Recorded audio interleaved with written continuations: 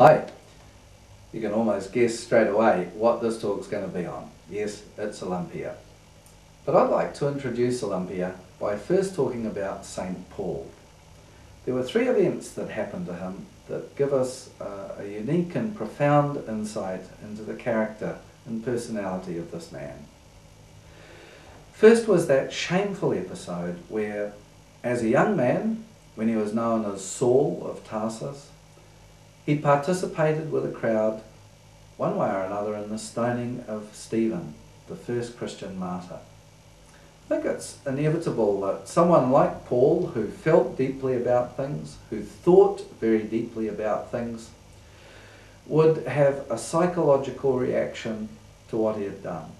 That reaction happened on the road to Damascus some 3 or 4 months after the stoning of Stephen. It was there that St. Paul came to his senses, and he turned away from that way of life which involved persecuting the followers in the early Jesus movement to being one with them. I think the second great thing that happened to him was when one evening, in his second missionary journey, he found that he had a dream or a vision. He was on the outskirts of ancient Troy. And that dream had the effect of calling him over to meet a man in Macedonia. And as a result of that, St. Paul began the exploration of the Greek spirit in earnest. The third great event that happened to him was a slow, gradual, dawning realization, this is the result of mature Christian thought, that he needed to take the good news of Jesus Christ to a wider sphere of influence than that which he had yet had, and that was to Rome itself. And from Rome he hoped to go to Spain. Now those three events, the stoning of Stephen, the calling from Troy to Macedonia, and the gradual realization that he was going to go to the heart of the empire, Rome, and then to Spain, those three things profoundly altered his life and his thought. St. Paul's theology matures over the years that he became involved with Christianity and starting churches. It gets better and better. His theology develops. But these running shoes that I had are part and parcel of the everyday images that Paul used to such good effect. Maybe you're like me and enjoy a gentle jog or a brisk walk, or perhaps there's some other hobby or sporting activity that really takes you outside of yourself. I know that those who enjoy good health really owe it to themselves to keep on being fit. We don't all enjoy good health, and St. Paul was in that category, in fact. There was a thorn in the flesh, he called it, a mysterious illness that often got in his way, whether it was recurrent malaria or some form of epilepsy. There's been a lot of speculation over that. Don't think it matters.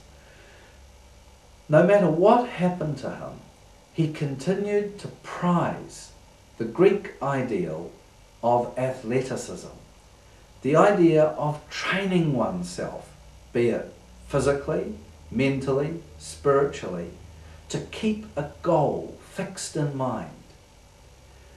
You know, the Olympic Games had been going for at least 750 years before Paul was born.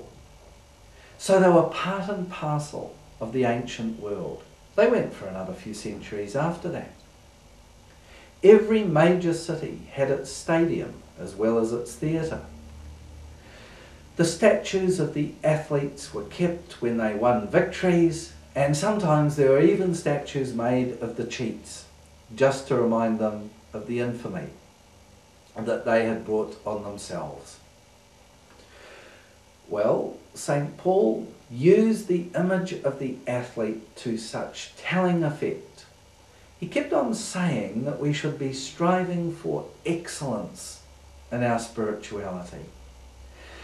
He said that we have to run a race as if we were going to run to the very end. The last yard that we ran could be the very most important yard of all. And I think that wonderful verse, I have run the great race, I have kept the faith.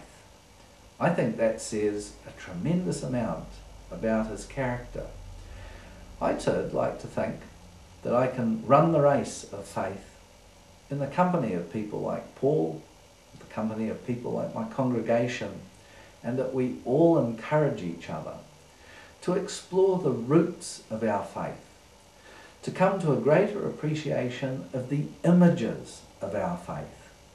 And I hope that this exploration of the site at Olympia gives us a good grasp of the image of the athlete that we find in the Bible.